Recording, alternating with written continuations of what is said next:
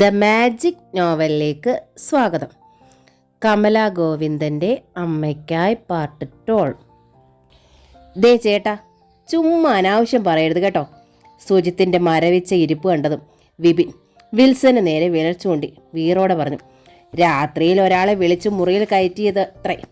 തുമ്പി അത്രയ്ക്ക് അതമ്പതിച്ചവളല്ല. വിൽസൺ ചിരിച്ചു പരിഹാസത്തോടെ. എടാ പിള്ളേരെ, അവൾക്കൊരുത്തനുമായി ലൈനുണ്ടായിരുന്നു. അവൾ പറഞ്ഞിട്ട് തന്നെയാണവൻ രാത്രിയിൽ ചെന്നതും. പക്ഷേ ആ തന്തയ്ക്ക് ഉറക്കമില്ല. അയാൾ പിടികൂടി. തന്തയുടെ സിമ്പതിക്കായി അവൾ വെയിൻ കട്ട് ചെയ്തു. That's all. എന്നിട്ട്? സുജിത്ത് ഉദ്വേഗത്തോടെ ചോദിച്ചു. എന്നിട്ടെന്താ? അവൾ ഹോസ്പിറ്റലിലായി. സംഭവം നാട്ടിൽ പാട്ടായി. ആ നാണക്കേട് തീർത്ത് മുഖം ഒളിപ്പിക്കാൻ അവർ ആ വീടും സ്ഥലവും വിറ്റ് നിങ്ങളുടെ നാട്ടിൽ വന്ന് താമസിക്കുന്നു. വിൽസൺ കൂസാതെ പറഞ്ഞു. അല്ല, ഈ മാന്താടിക്കരയിൽ നടന്നതൊക്കെ ചേട്ടൻ എങ്ങനെ ഇത്ര കൃത്യമായിട്ട് അറിഞ്ഞു? കൃത്യമായിട്ട് അറിയുന്ന ഒരാൾ എൻ്റെ കൂടെ ഉണ്ട്. അവനാണ് അവളുടെ റൂമിൽ കയറിയതും. ആര്? ജിതേന്ദ്രൻ. അവനോ? ഊണ് മതിയാക്കി സുജിത്ത് ചാടി എണീറ്റു. ഒപ്പം വിപിനും. താനിരിക്കടോ, ഞാൻ പറയട്ടെ. വിൽസൺ സുജിത്തിനെ പിടിച്ചിരുത്താൻ നോക്കി. ബാക്കി കഥ താൻ വിസ്തരിക്കണ്ട, ഞാൻ നേരിട്ട് ചോദിച്ചോളാം. സുജിത്ത് കത്തിപ്പുകഞ്ഞിറങ്ങിക്കഴിഞ്ഞു. വിപിനും ചാടി ഇറങ്ങി. ക്യാൻറ്റീൻ്റെ അപ്പുറത്ത് കോളേജ് ബ്ലോക്കിലേക്കുള്ള വഴിത്താരയിൽ മനോഹരമായ ഗാർഡൻ വാളിനരികിൽ നിൽക്കുകയായിരുന്നു ജിതേന്ദ്രൻ വിൽസനെ കാത്ത്. സുജിത്ത് അങ്ങോട്ട് പാഞ്ഞു ചെന്നു. ചെന്നപാടെ ജിതേന്ദ്രൻ്റെ ഷർട്ടിൽ അവൻ കുത്തിപ്പിടിച്ച് വലിച്ചുലച്ചു. സത്യം പറയടാ, തുമ്പി നിന്നെ പ്രേമിക്കുന്നുണ്ടോ? അവൾ നിന്നെ മുറിയിലേക്ക് വിളിച്ചോ? ചുമ്മാ പോക്കൃത്തരം പറഞ്ഞാലുണ്ടല്ലോ, പള്ളയ്ക്ക് ഞാൻ കത്തി കയറ്റി വലിക്കും, പറഞ്ഞേക്കാം. ഒരു കത്തി എനിക്കും കിട്ടും. കുത്താൻ ഞാനും മടിക്കില്ലടാ. വിപിനും വീറുകാട്ടി. ക്യാൻറ്റീനിലേക്ക് വരികയും ആഹാരം കഴിഞ്ഞു പോവുകയും ചെയ്യുന്ന സ്റ്റുഡൻസ് ശ്രദ്ധിക്കുന്നത് കണ്ടതും ജിതേന്ദ്രൻ സുജിത്തിനെ വിപിനെ നോക്കി. അവൻ്റെ മുഖം ചെന്തിയ കടലായി തിളച്ചു. വിടടാ. ജിതേന്ദ്രൻ മുരണ്ടു. വിപിൻ പിടിവിട്ടു. സുജിത്ത് വിട്ടില്ല. ജിതേന്ദ്രൻ കത്തിപ്പുകഞ്ഞുകൊണ്ട് അവൻ്റെ കൈ തട്ടിമാറ്റി. വിടാനല്ലേടാ പറഞ്ഞത്? ഇരുമ്പ് കൈയുടെ കരുത്ത്. സുജിത്ത് കൈയും പിൻവലിച്ചു. നീ എൻ്റെ പള്ളയ്ക്ക് കത്തി കയറ്റും അല്ലേടാ? അത്രയ്ക്കായോടാ നാരന്തേ നീ? ജിതേന്ദ്രൻ തിരിച്ച് സുജിത്തിൻ്റെ ഷർട്ടിലൊന്ന് പിടിച്ചുകൊണ്ട് മുരണ്ടു. എന്നാ കേട്ടോ, നിനക്കവളെ കിട്ടില്ല. അവൾ ഈ ജിതേന്ദ്രൻ്റെ പെണ്ണ. എന്തു വന്നാലും അവളെ ഞാൻ പിടിച്ചെടുക്കും. അത് നീ അങ്ങ് പള്ളി പറഞ്ഞാൽ മതി. സുജിത്ത് കുതറി മാറിക്കൊണ്ട് തട്ടിക്കയറി. എങ്കിൽ ചെല്ലടാ. നീ ചെന്നവളുടെ ഇടത് കൈയൊന്ന് പിടിച്ചു നോക്ക്. ചാകാനായി ഇടത് കൈ വരഞ്ഞ പാട് കാണാം. ചോദിക്കേ, അവളെല്ലാം സത്യം പറയും. ചോദിക്കുമടാ, ഞാൻ ചോദിക്കും. എന്നിട്ട് ഞാൻ തിരിച്ചു വരുമടാ. അപ്പോൾ നീ ഇവിടെ ഉണ്ടാകണം. രോഷം കൊണ്ട് വിറച്ചുപോയ സുജിത്ത് ഒറ്റ ഓട്ടം. വിപിൻ പിന്നാലെ. ജിത്തേ. എല്ലാം ശ്രദ്ധിച്ച് പിന്നിൽ നിന്നിരുന്ന വിൽസൺ വിളിച്ചു. ജിതേന്ദ്രൻ തിരിഞ്ഞു നോക്കി.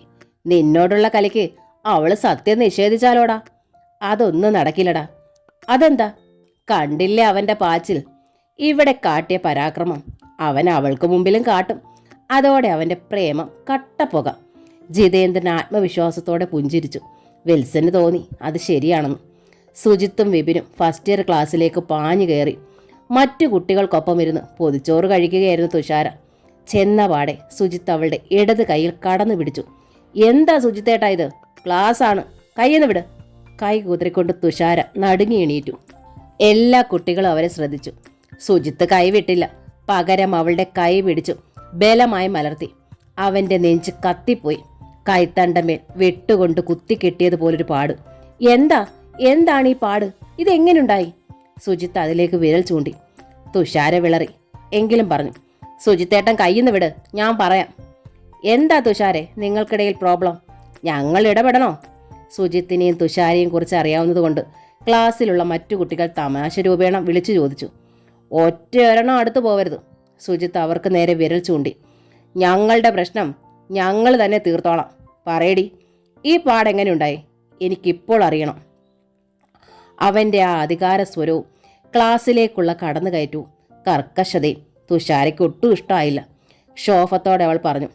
പറയാനിപ്പം മനസ്സില്ലെങ്കിലോ? അടി കൊണ്ടതുപോലെ നിന്നുപോയി സുജിത്ത്. അവളങ്ങനെ പറയുമെന്ന് അവൻ ഒട്ടും കരുതിയില്ല.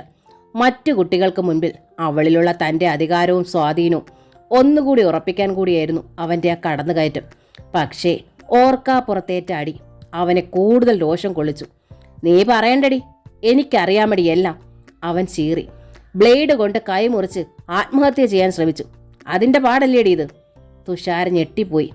തൊലി ഉരിഞ്ഞതുപോലെ ഒരു മരവിപ്പ്. എന്താ തുഷാരെ, എന്തുണ്ടായി? എന്തിനാ നീ ആത്മഹത്യ ചെയ്യാൻ ശ്രമിച്ചത്? കൂട്ടുകാരികൾ അവളെ വളഞ്ഞു. എന്തിനാന്ന് പറഞ്ഞു കൊടുക്കടി, സുജിത്ത് പറഞ്ഞു. നീ തന്നെ അങ്ങോട്ട് പറഞ്ഞു കൊടുക്കടാ. അരിശം കൊണ്ട് തുഷാര ഏട്ടാ വിളി പോലും മറന്നു. എന്നിട്ട് ഉണ്ടു തീരാത്ത പൊതി മടക്കിയെടുത്തവൾ വേഗം പുറത്തേക്ക് പാഞ്ഞു. പൊതിച്ചോറ് വേസ്റ്റ് ബക്കറ്റിൽ നിക്ഷേപിച്ചിട്ട് വാഷ് ബേസിൽ കൈയും മുഖവും കഴുകുമ്പോഴും സുജിത്ത് പിന്നാലെ പാഞ്ഞെത്തി. കിതപ്പോടെ അവൻ ചോദിച്ചു, സത്യം പറയണം, നീയും ആ ജിതേന്ദ്രൻ തമ്മിൽ പ്രേമമാണോ? തുഷാരയ്ക്ക് മനസ്സിലായി സുജിത്തിൻ്റെ ഈ ഉറഞ്ഞുതുള്ളലിൻ്റെ ഉറവിടം എവിടെ നിന്നാണെന്ന്. എങ്കിലും അവൾ കൂസാതെ പറഞ്ഞു, അതെ. നീ ഇപ്പോഴും അവനെ പ്രേമിക്കുന്നുണ്ടോ? ഉണ്ട്. അപ്പോൾ നീ എന്നെ പ്രേമിച്ചതോടി? സുജിത്തിന് ശ്വാസം വിങ്ങി. ഞാൻ അങ്ങനെ ഒരിക്കലും പറഞ്ഞിട്ടില്ലല്ലോ. പറഞ്ഞിട്ടില്ലെന്നോ? പിന്നെ എന്നോട് സ്നേഹം കാട്ടിയതോ, എൻ്റെ ഒപ്പം നടന്നതോ? സുജിത്തിന് കൂടുതൽ ശ്വാസം മുട്ടി. കാണുമ്പോൾ ചിരിച്ചു, സംസാരിച്ചു, ഒപ്പം നടന്നു. അത് പ്രേമമാണോ? അങ്ങനെയാണെങ്കിൽ ഇനി വിപിനും വരുണും ഒക്കെ പറയുമല്ലോ എനിക്ക് അവരോടും പ്രേമമാണെന്ന്.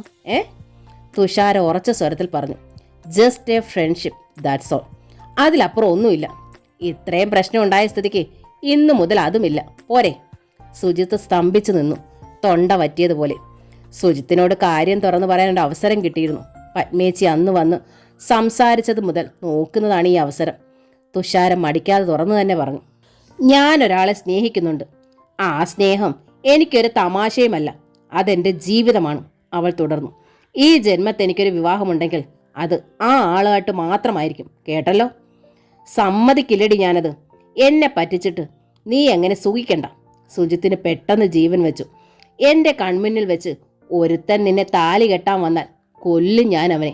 കൊന്നു കുഴിച്ചു മൂടും, സുജിത്താ പറയുന്നത്. തുഷാര ശരിക്കും ഞെട്ടിപ്പോയി. ജിതേന്ദ്രനെ കുറിച്ചാണ് താൻ പറഞ്ഞെന്ന് കരുതിയാണ് ഈ രോഷം. തൻ്റെ ആൾ സൂര്യേട്ടനാണെന്നറിഞ്ഞാൽ ഇവൻ സൂര്യേട്ടനെയും കൊല്ലുമോ? തുഷാര ശരിക്കും വിറങ്ങലിച്ചു. സുജിത്ത് പറഞ്ഞു തീർന്നതുപോലെ മുമ്പോട്ട് പാഞ്ഞു. മുറ്റത്തവൻ തൻ്റെ ബൈക്കിൻ്റെ അരികിലേക്ക് പാഞ്ഞു ചെന്ന് അത് സ്റ്റാർട്ട് ചെയ്ത് പറന്നു പോകുന്നത് ഉൾക്കിടിലത്തോടെ നോക്കി നിന്നു തുഷാര. ഒപ്പം വിപിനും.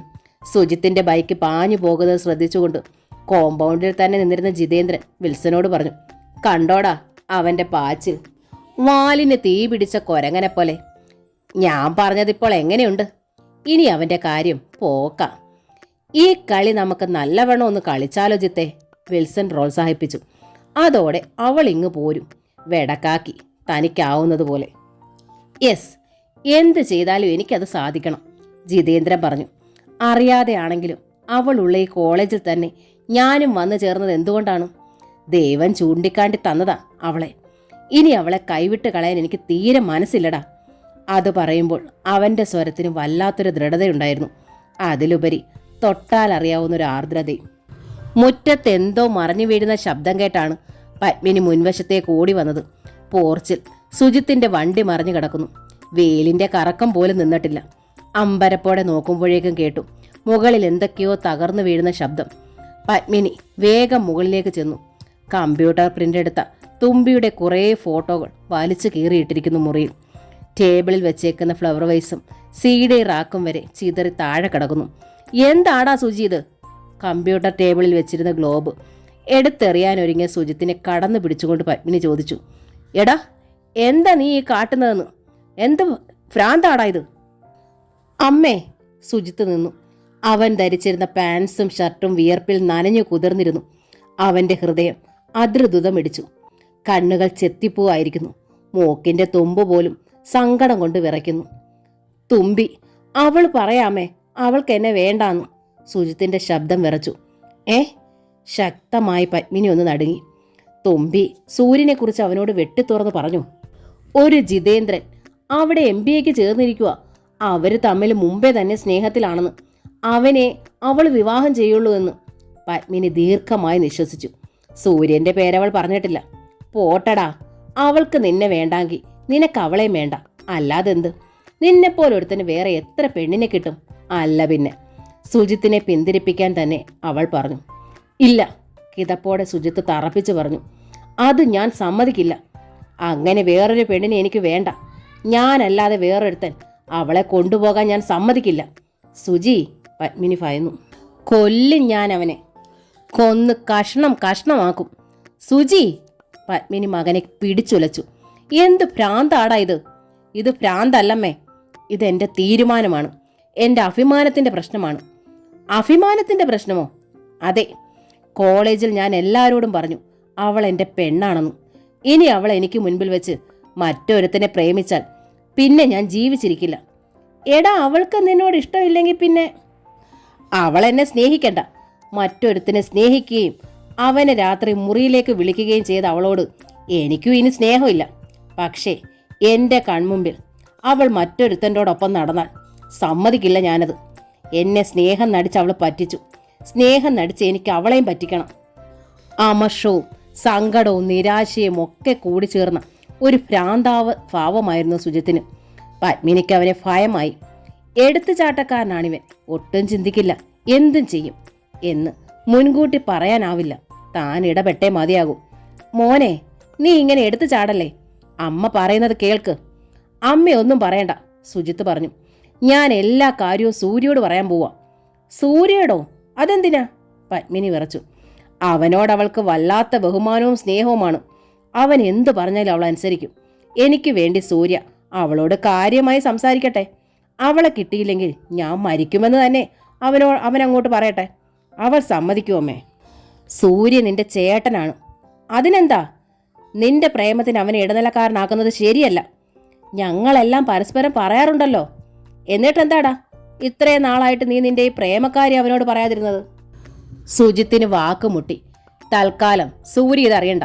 പിന്നെ തുമ്പിയോട് ഞാനൊന്ന് സംസാരിക്കട്ടെ, എന്താ കാര്യമെന്ന് അവള് പറയട്ടെ. അമ്മ വെറുതെ സുജിത്ത് വിശ്വാസമില്ലാത്തതുപോലെ നോക്കി. ഞാൻ പറയാന്ന് പറഞ്ഞില്ലേ, തൽക്കാലം നീ നിന്റെ കാര്യം നോക്ക്. പത്മിനി ക്ഷോഭിച്ചു. പഠിക്കാൻ പറഞ്ഞു വിട്ടിട്ട് ഒരു പ്രേമവും കോലാഹലവും. അച്ഛൻ അറിയണ്ട ഇതൊന്നും. ആ, സുജിത്തിന്റെ പത്തി അല്പം താണു. പത്മിനി ദീർഘമായി നിശ്വസിച്ചു. വൈകുന്നേരം ഓഫീസിൽ നിന്ന് വന്ന കൃഷ്ണനുണ്ണി മുരിക്കുംപുഴയിലെത്തിയപ്പോൾ ബൈക്ക് നിർത്തി കാത്തുനിന്നു. സൂര്യൻ 6 മണിക്ക് മുമ്പ് മുരിക്കുംപുഴ ജംഗ്ഷനിൽ ബസ് ഇറങ്ങി.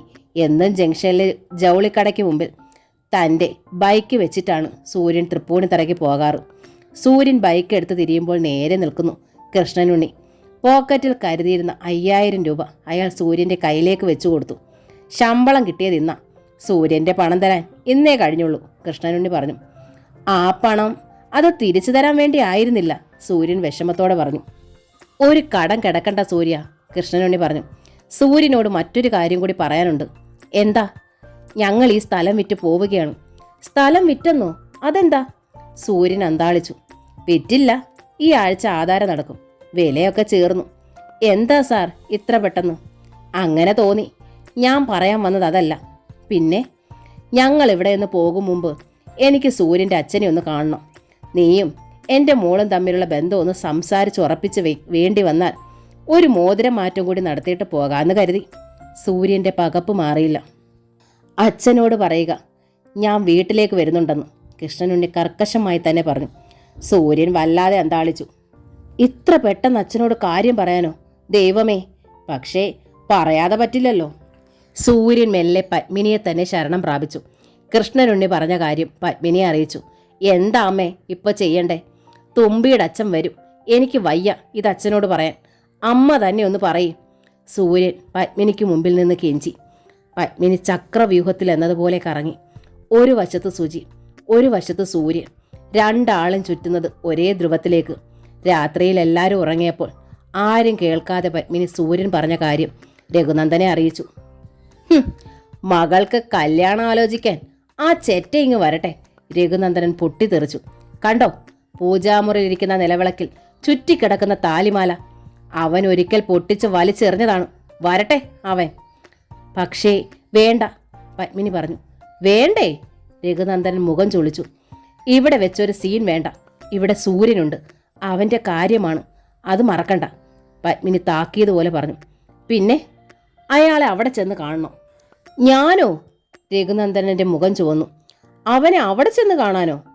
ഇതിൽ ഈഗോ വേണ്ട രഘുവേട്ടാ. നമ്മുടെ മകൻ്റെ ജീവന്റെ പ്രശ്നമാണിത്, അത് മറക്കണ്ട. രഘുവേട്ടൻ അങ്ങോട്ട് തന്നെ പോയേ പറ്റൂ. രഘുനന്ദനൻ മിണ്ടിയില്ല. രാത്രി മുഴുവൻ ആലോചിച്ചു. രാവിലെ ഉണർന്നത് ഉറച്ച തീരുമാനത്തോടെയാണ്. രഘുനന്ദനൻ തൻ്റെ കാർ ഇറക്കി താഴമന ഭാഗത്തേക്ക് വിട്ടു. അടുക്കളയിൽ നിന്ന് തുഷാരയ്ക്ക് വേണ്ടി പൊതിച്ചോറ് കെട്ടുകയായിരുന്നു രാധിക. അതിനിടയിലായിരുന്നു ആ കാഴ്ച. പിങ്ക് നിറമുള്ള ആ ടയോറ്റ ഇന്നോവ കാർ മുറ്റത്ത് ഒരിടി മുഴക്കം പോലെ വരുന്നു, നിൽക്കുന്നു. അതിൽ നിന്ന് രഘുനന്ദൻ ഇറങ്ങുന്നു. ഓർക്കാപ്പുറത്തൊരു വാൾ. നെഞ്ചു തുരന്ന് അപ്പുറത്തെത്തിയ വെപ്രാളത്തോടെ രാധിക ചുറ്റുപാട് നോക്കി. കൃഷ്ണനുണ്ണി എവിടെ?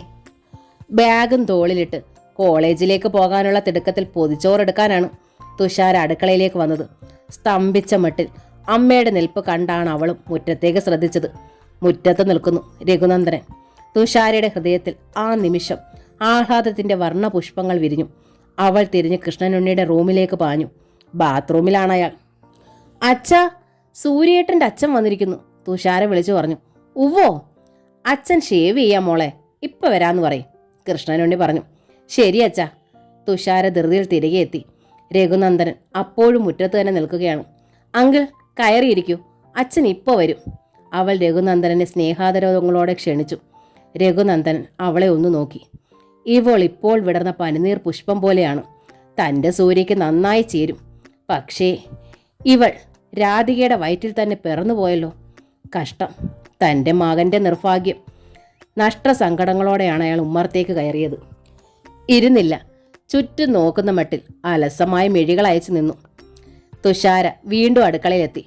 രാധിക അനക്കമില്ലാതെ നിൽക്കുന്നു. തുഷാരയ്ക്കത് കണ്ടപ്പോൾ ഈർഷ്യ തോന്നി. എന്താമേ ഇത്? സൂര്യേട്ടൻ്റെ അച്ഛൻ വന്നത് അമ്മ കണ്ടില്ലേ? കണ്ടു, രാധിക പറഞ്ഞു. അവൾ മെല്ലെ സമനിലയിലേക്ക് എത്തുകയായിരുന്നു. വെടികൊണ്ടാണ് വന്നിരിക്കുന്നത്. അകത്തുള്ളത് തീപ്പൊരിയും. രണ്ടും ഇപ്പോൾ കൂട്ടിമുട്ടി പൊട്ടിത്തെറിക്കും. അതിനു മുമ്പ് മകളെ ഒഴിവാക്കിയേ തീരൂ. രാധിക വേഗം പൊതിച്ചോറെടുത്ത് തുഷാരയ്ക്ക് നേരെ നീട്ടി. അമ്മേ, അത് പിന്നെ സൂര്യേട്ടൻ്റെ അച്ഛൻ. തുഷാര പൊതിച്ചോറ് വാങ്ങാനും പോകാനും ഒന്നും മടിച്ചു. സൂര്യേട്ടൻ്റെ അച്ഛൻ വന്നു എന്നല്ലേ? കാര്യങ്ങൾ പറഞ്ഞോളാം, നീ ക്ലാസ് മുടക്കണ്ട, വേഗം ഇറങ്ങും. ഉള്ളിലെ ക്ഷോഭ അടക്കി തറഞ്ഞ ശബ്ദത്തിൽ രാധിക പറഞ്ഞു. തുഷാര പിന്നെ നിന്നില്ല, വേഗം ഇറങ്ങി. വന്നപടി ഇതെന്താ നിൽക്കുന്നേ? ഇരിക്കൂ. ധൃതിയിൽ വരാന്തയിലേക്ക് ഇറങ്ങിയ കൃഷ്ണനുണ്ണി ഉപചാരപൂർവ്വം പറഞ്ഞു. ശബ്ദം കേട്ടു രഘുനന്ദനൻ തിരിഞ്ഞു നോക്കി. നീയോ? മുൻപിൽ പത്തി വിടർത്തിയ കരിമൂർഖനെ കണ്ടതുപോലെ കൃഷ്ണനുണ്ണി കണ്ണുമിഴിച്ചു. തൻ്റെ ശത്രു, ഒരേ ഒരു ശത്രു, ഞാൻ തന്നെ, അക്ഷോഭിനായി നിന്ന് രഘുനന്ദനൻ പറഞ്ഞു. നിന്നോട് ആര് പറഞ്ഞടാ ഇവിടെ വരാൻ?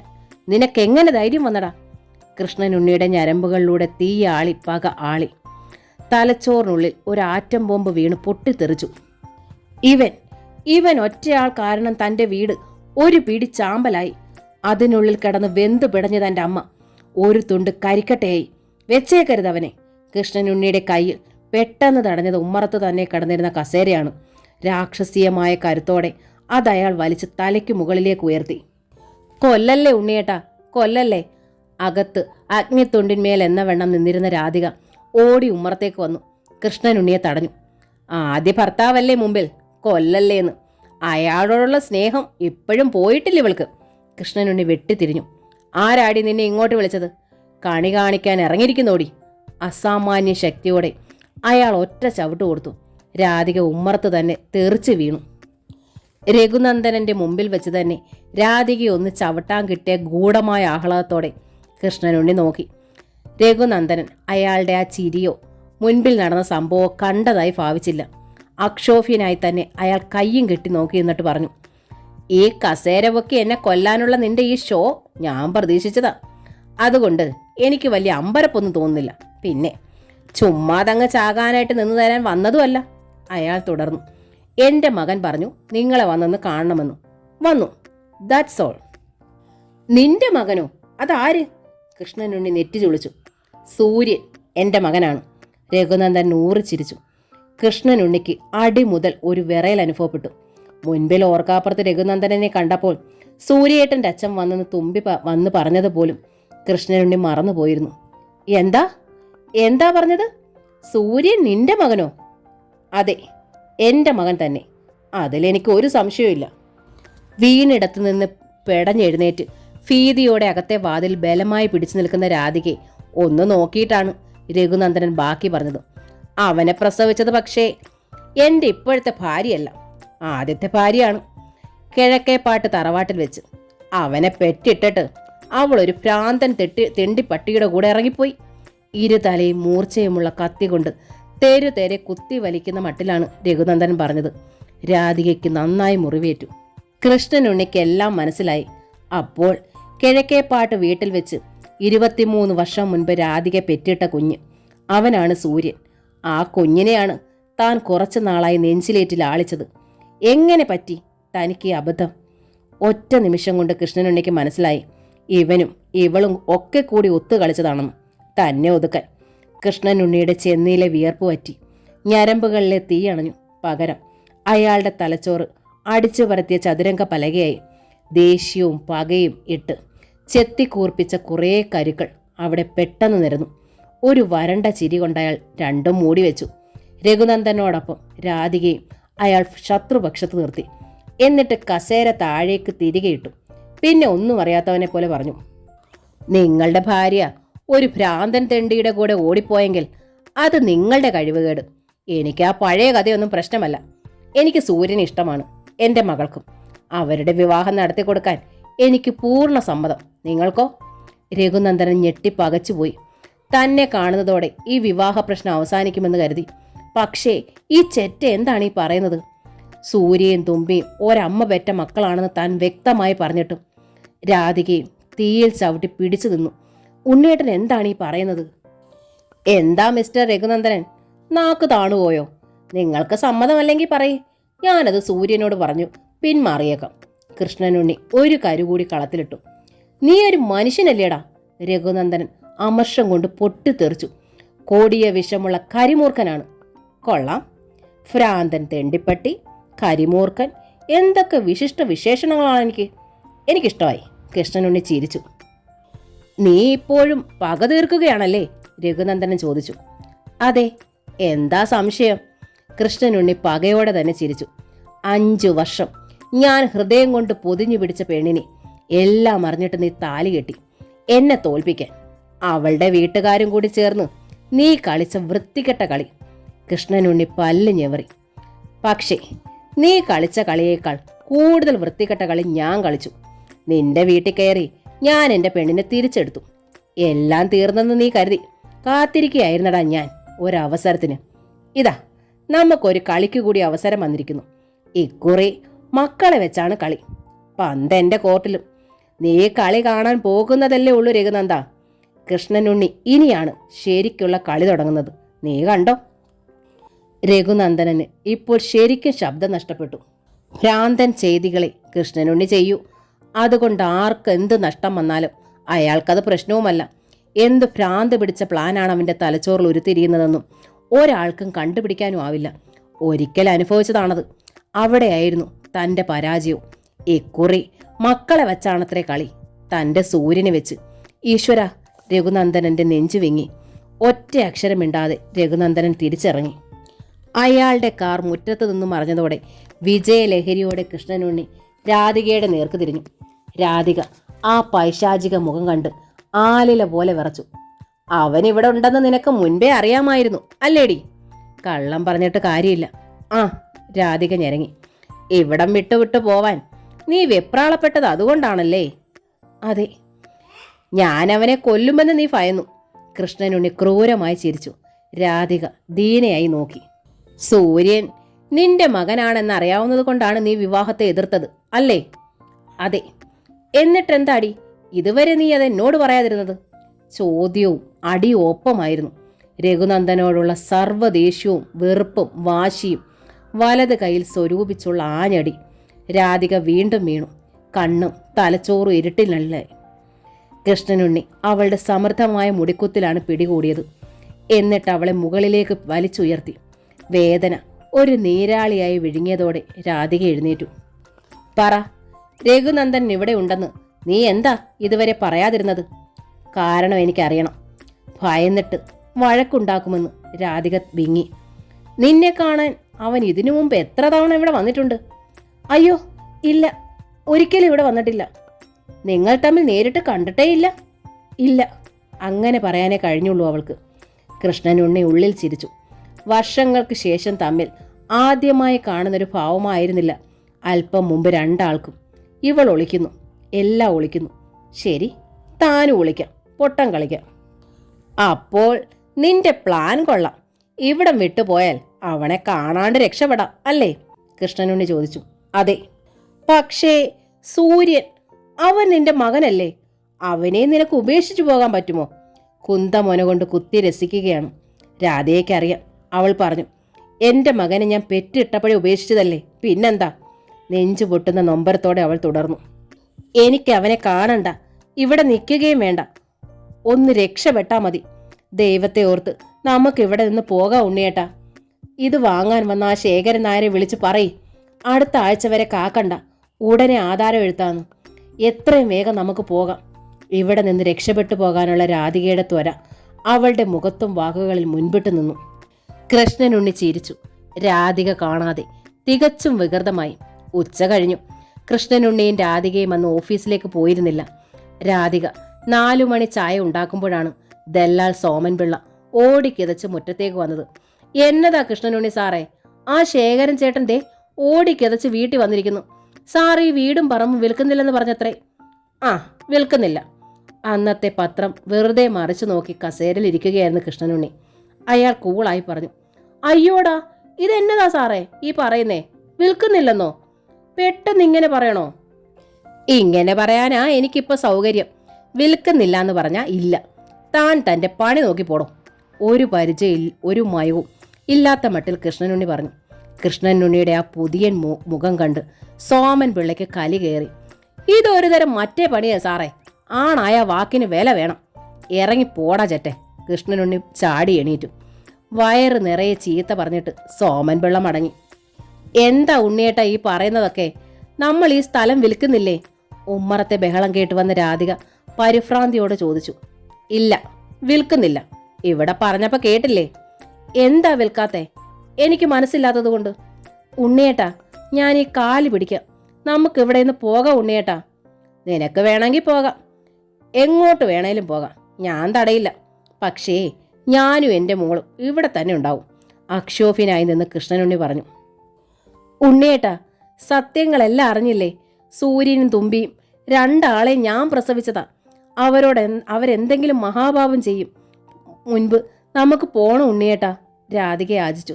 എന്തിനു മഹാഭാവം ചെയ്യണം? രണ്ടാളോടും സത്യം തുറന്നങ്ങ് പറഞ്ഞേക്ക്. പിന്നെ അവർ മഹാഭാവത്തിന് മുതിരുമോ? കൃഷ്ണനുണ്ണി വാദിച്ചു.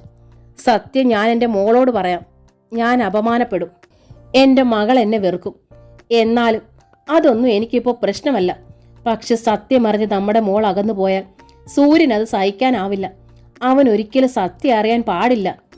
അതെന്താ? കൃഷ്ണനുണ്ണിയുടെ നെറ്റി ചുളിഞ്ഞു.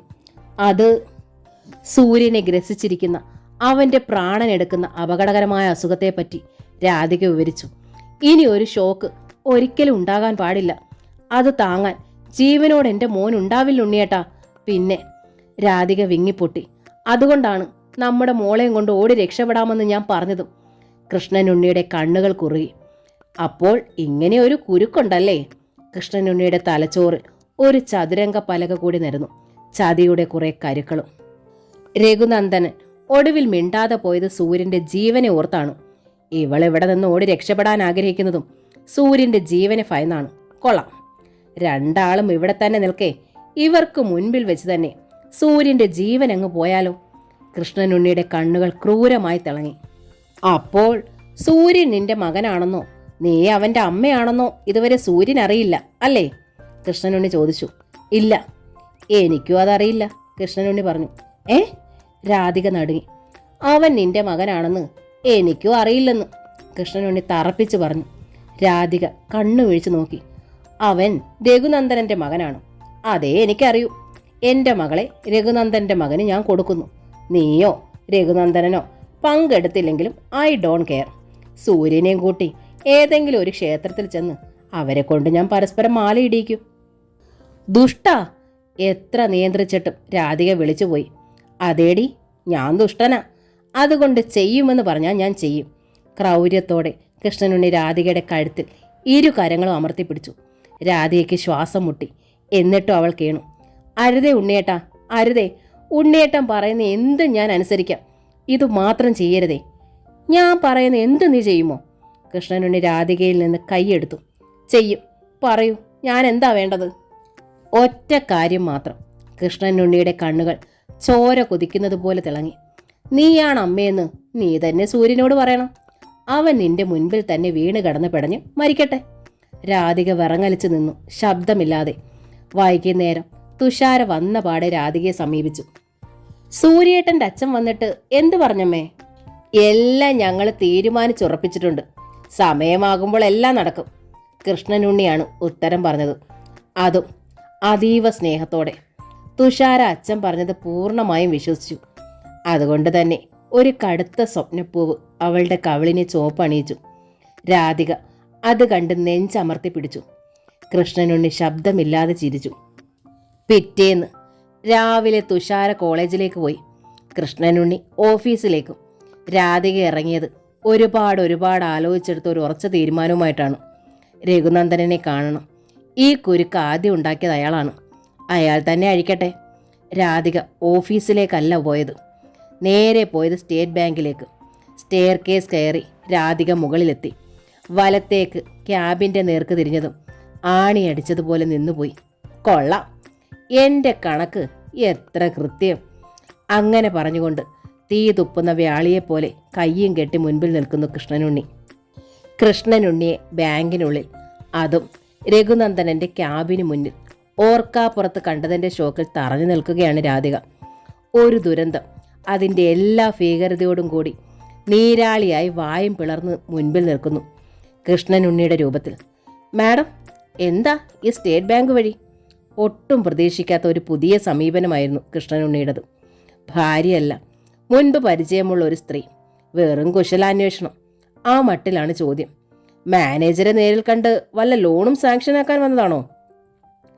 ഭർത്താവിൻ്റെ പുതിയ മുഖം കണ്ട് രാധിക കണ്ണുമിഴിച്ചു പോയി. ആ, മാഡം ആയിരുന്നോ? സെക്യൂരിറ്റി സെല്ലിലിരുന്ന മൈക്കിൾ പരിചയഭാവത്തിൽ രാധികയോട് ചോദിച്ചു. രഘുനന്ദനൻ സാർ വരാൻ വൈകും. കഴിഞ്ഞ ദിവസത്തതുപോലെ ദാ ആ കസേരയിൽ വെയിറ്റ് ചെയ്യൂ. സാർ വന്നാലുടനെ കാണാം. പ്രത്യേകിച്ചൊരു ചോദ്യവുമില്ലാതെ തന്നെ കൃഷ്ണനുണ്ണിക്ക് മനസ്സിലായി രാധിക ഇതിനു മുമ്പ് ഇവിടെ വന്നിട്ടുണ്ട്. രഘുനന്ദനെ കണ്ടിട്ടുണ്ട്. രക്തം തിളച്ചു പൊന്തുന്നത് അയാൾ അറിഞ്ഞു. അതിനു മീതെ ഒരു ചിരി ഒട്ടിക്കാൻ ശ്രമിച്ചുകൊണ്ട് രാധയ്ക്ക് നേരെ തിരിഞ്ഞു. ശരിയാ മാഡം, ഇവിടെ കാത്തിരിക്കുക. മാനേജർ വന്ന് കണ്ട് കാര്യം സാധിച്ചിട്ട് പോയാൽ മതി. രാധികയ്ക്ക് മനസ്സിലായി. ഒരുങ്ങി തന്നെ കച്ചയും മുറക്കി അംഗത്തിനിറങ്ങിയിരിക്കുകയാണ്. എന്തിനും തയ്യാറായിട്ടാണ് നിൽപ്പ്. രഘുനന്ദനൻ വന്നാൽ തീർച്ച ഒരംഗം കുറിക്കും ഇവിടെ. ആ അംഗത്തിന് സാക്ഷിയാകാൻ വയ്യ, കൂട്ടു നിൽക്കാനും വയ്യ. രാധിക ഒരക്ഷരം പോലും മിണ്ടാതെ വേഗം സ്റ്റെയർ കേസിന് നേർക്ക് നീങ്ങി. എന്താ മാഡം പെട്ടെന്നങ്ങ് പോകുന്നത്? മാനേജറെ കണ്ടിട്ട് പോയാൽ മതി. രാധികയെ തടയാനെന്നോണം അയാൾ മുൻപോട്ടെടുത്തു. അയാൾ കാട്ടിയ അതേ അപരിചിതത്വത്തോടെ അവൾ പറഞ്ഞു. കാണാൻ മാനേജർ വന്നില്ലല്ലോ, അല്പധൃതിയുണ്ട്. ഞാൻ പിന്നെ വന്ന് കണ്ടോളാം. രാധിക സ്റ്റെപ്പ് ഇറങ്ങി. അവളെ ബലമായി പിടിച്ചു നിർത്തണമെന്ന് തോന്നി അയാൾക്ക്. അല്ല, സാറിനെങ്ങനെ അവരെ പരിചയം? യൂണിഫോമിന് മേൽ ധരിച്ച ബെൽറ്റിൻ്റെ ബക്കിളൊന്ന് ശരിയാക്കിക്കൊണ്ട് മൈക്ക് സെല്ലിന് വെളിയിലേക്ക് വന്നു. കൃഷ്ണനുണ്ണിക്ക് പെട്ടെന്നൊരു ഐഡിയ തോന്നി. തനിക്കൊരായുധമാക്കാൻ തൽക്കാലം ഇയാളായാലും മതി. അവളെ ആർക്കും പരിചയപ്പെടാമടോ? കൃഷ്ണനുണ്ണി വളരെ സമർത്ഥമായ രീതിയിൽ ചോദിച്ചു. അവളിവിടെ മുൻപും വന്നിട്ടുണ്ടല്ലേ? പിന്നെ എത്ര തവണ വന്നിരിക്കുന്നു? ലോണിനോ ഡെപ്പോസിറ്റ് ചെയ്യാനോ? രണ്ടിനുമല്ല സാറേ. വന്നാൽ നേരെ രഘുനന്ദനൻ സാറിൻ്റെ ക്യാബിനിലേക്ക് കയറും. അവിടെ ഇരിക്കും. ഇവർ വന്നാൽ പിന്നെ രഘുനന്ദനൻ സാറിൻ്റെ ക്യാബിനിലോട്ട് ആർക്കും ചെല്ലാനും പറ്റത്തില്ല. അപ്പോൾ പഴയ കളി നിങ്ങളുടെ മാനേജർ ഇപ്പോഴും നിർത്തിയിട്ടില്ലെന്ന് സാരം. പഴയ കളിയോ? എടോ, ഈ രഘുനന്ദനൻ ഇതിനു മുൻപിലിരുന്ന കോട്ടയത്തെ മെയിൻ ബ്രാഞ്ചിലല്ലായിരുന്നോ? അർത്ഥം ധ്വനിപ്പിക്കുന്ന ഒരു ചിരിയോടെ കൃഷ്ണനുണ്ണി പറഞ്ഞു. അവിടെയും ചെല്ലുമായിരുന്നു ഇത്തരം സ്ഥിരം ചില പാർട്ടികൾ. ഹേയ്, അത് ചുമ്മാ. രഘുനന്ദനൻ സാർ അത്തരക്കാരനൊന്നുമല്ല. മൈക്കിളിൻ്റെ മുഖം ചുളിഞ്ഞു. അത് ശരി, അങ്ങനെയാണോ? പിന്നെന്തിനാടോ ആദ്യത്തെ കെട്ടിയോൾ അയാളെ ഇട്ടേച്ചു പോയത്? കൃഷ്ണനുണ്ണിയുടെ സ്വരം കടുത്തു. ഇപ്പൊ കൂടെയുള്ള പത്മിനി ഇയാളുടെ രണ്ടാം ഭാര്യയാണെന്ന് അല്ലേലൊന്ന് അന്വേഷിച്ചു നോക്കണോ താൻ? കൃഷ്ണനുണ്ണി തറപ്പിച്ച് പറഞ്ഞു. ഇത്തരം കേസുകെട്ടുകൾ ഇയാളുടെ സ്ഥിര ഏർപ്പാടാ. മൈക്കിൾ ഓർത്തു. ഒരു ദിവസം രാധിക രഘുനന്ദൻ്റെ ക്യാബിനിൽ ബോധം കെട്ട് വീണതും എല്ലാവരും ഓടിക്കൂടിയതും. ശരിയാ, ആ സ്ത്രീയും സാറും തമ്മിൽ എന്തോ ഒരു ശരികെട്ട ബന്ധമുണ്ട്. അവർ വരുന്നത് തന്നെ പാത്തും പതുങ്ങിയ. സാറിൻ്റെ മുറിയിൽ നിന്നിറങ്ങിയ പിന്നെ ഇടം വലം നോക്കാണ്ട ഒരൊറ്റ പോക്കാണ്. ഇവിടെ ചിലരും അതേക്കുറിച്ച് സംസാരം തുടങ്ങിയിട്ടുണ്ട്. ഇപ്പോഴെങ്ങനെയുണ്ട്? ഞാൻ പറഞ്ഞത് ശരിയല്ലേ? തൻ്റെ ലക്ഷ്യം സാധിച്ച ചാരിതാർത്ഥ്യത്തോടെ കൃഷ്ണനുണ്ണി തിരിയുമ്പോൾ കണ്ടു. സ്റ്റെയർ കേസ് കയറി മുകളിലേക്ക് വരുന്നു രഘുനന്ദനൻ. കൃഷ്ണനുണ്ണിയെ ബാങ്കിനുള്ളിൽ കണ്ട രഘുനന്ദനൻ ഒരു കവിൾ ഉമിനീർ വിഴുങ്ങി. ധൃതിയിൽ ഓടി രക്ഷപ്പെടുന്നത് പോലെ അയാൾ തൻ്റെ ക്യാബിനിലേക്ക് കയറി വാതിലടച്ചു. കൃഷ്ണനുണ്ണി വിട്ടില്ല, പുറകെ കയറി. കഷ്ടായി പോയി സാറേ. സാറിൻ്റെ ആദ്യ ഭാര്യ ദാ ഇത്രയും നേരം കാത്തു നിന്നിട്ട് ഇപ്പോൾ അങ്ങോട്ട് പോയതേ ഉള്ളൂ. കൃഷ്ണനുണ്ണി കൂസാതെ ചിരിയോടെ പറഞ്ഞു. രഘുനന്ദനന് മനസ്സിലായി ഇയാൾ വന്നിരിക്കുന്നത് രണ്ടും കൽപ്പിച്ച് തന്നെ. കൃഷ്ണനുണ്ണി, താൻ പോകണം, രഘുനന്ദനൻ ഗൗരവത്തിൽ പറഞ്ഞു. ഇതെൻ്റെ ഓഫീസാണ്, കളിസ്ഥലമല്ല. തൻ്റെ ബലപരീക്ഷണങ്ങളൊക്കെ വെളി മതി, പോണം. ഞാൻ നോക്കിയിട്ട് കളിക്കാൻ പറ്റിയ സ്ഥലം ഇത് തന്നെയാണോ? ഇവിടെ ആകുമ്പോൾ നല്ല കാഴ്ചക്കാരെ കിട്ടും. എനിക്ക് വേണ്ടത് അത് തന്നെ. നിങ്ങൾ കടന്നു പോകൂ, ഇല്ലെങ്കിൽ ഞാൻ പോലീസിനെ വിളിക്കും. രഘുനന്ദൻ അരിശപ്പെട്ടു. വിളിക്കടോ, പോലീസിനെ വിളിക്കടോ, അവരെന്നെ അങ്ങ് കൊണ്ടുപോട്ട്. പക്ഷെ സാറേ, അവിടുന്ന് എന്നെ ഇറക്കാൻ ഒറ്റ കോള് മതി. സൂര്യൻ, അവൻ ഓടി വരും. രഘുനന്ദനൻ പകച്ചു. കൃഷ്ണനുണ്ണി പല്ല് കടിച്ചു. കാണണോ നിനക്കത്?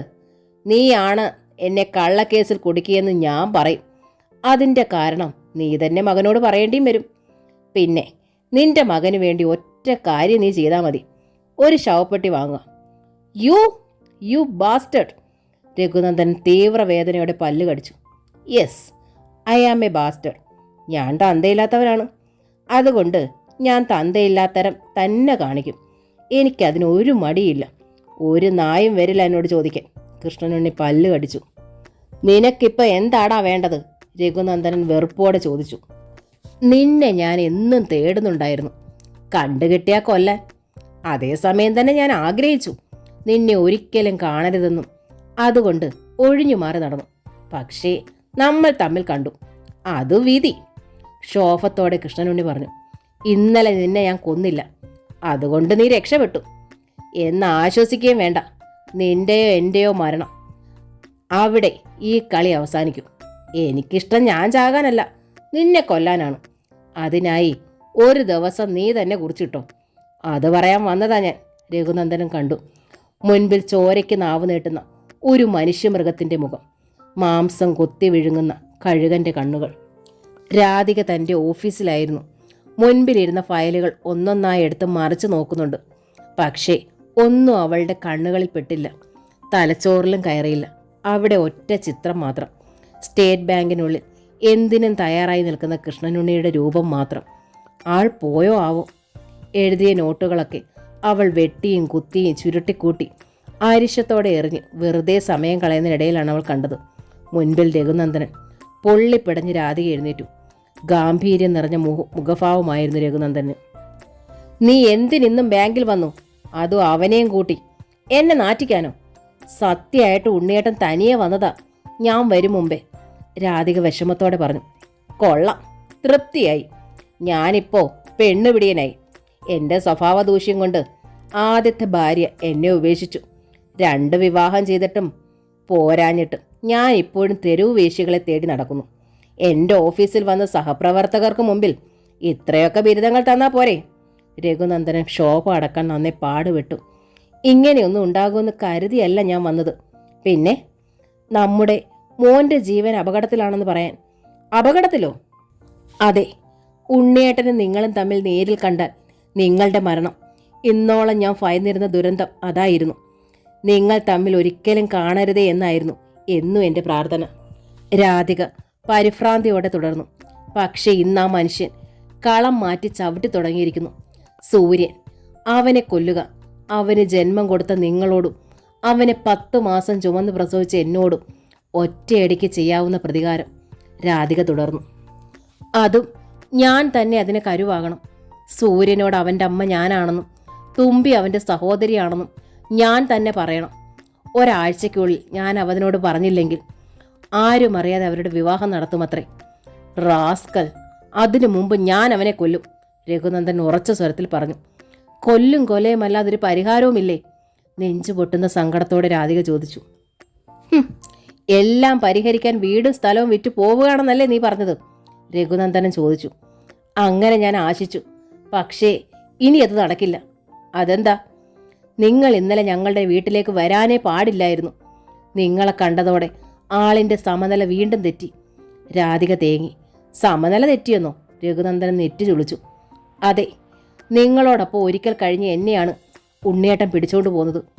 എന്നെ തിരിച്ചു പിടിക്കാൻ നിങ്ങൾ എൻ്റെ പിന്നാലെ തന്നെ ഉണ്ടെന്ന് ഉണ്ണിയേട്ടൻ എന്നും ഭയന്നു.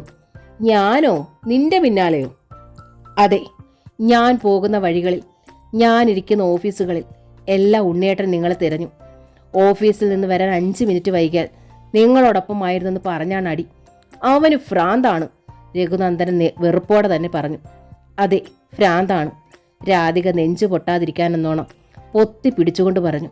സംശയരോഗം, ഒരു തരം ഭ്രാന്ത്, സ്കിസോഫ്രേനിയ, അതാണ് അദ്ദേഹത്തിൻ്റെ രോഗം, ഡോക്ടർ പറഞ്ഞു. വാട്ട്? രഘുനന്ദനൻ സ്തംഭിച്ചു നിന്നു. അമ്മയ്ക്കായി എന്ന നോവലിൻ്റെ ഈ ഭാഗം ഇവിടെ പൂർണ്ണമാവുകയാണ്. ഈ നോവൽ നിങ്ങൾക്ക് ഇഷ്ടമായെങ്കിൽ ലൈക്ക് ചെയ്ത്, ഷെയർ ചെയ്ത്, സബ്സ്ക്രൈബ് ചെയ്യണേ. Thank you.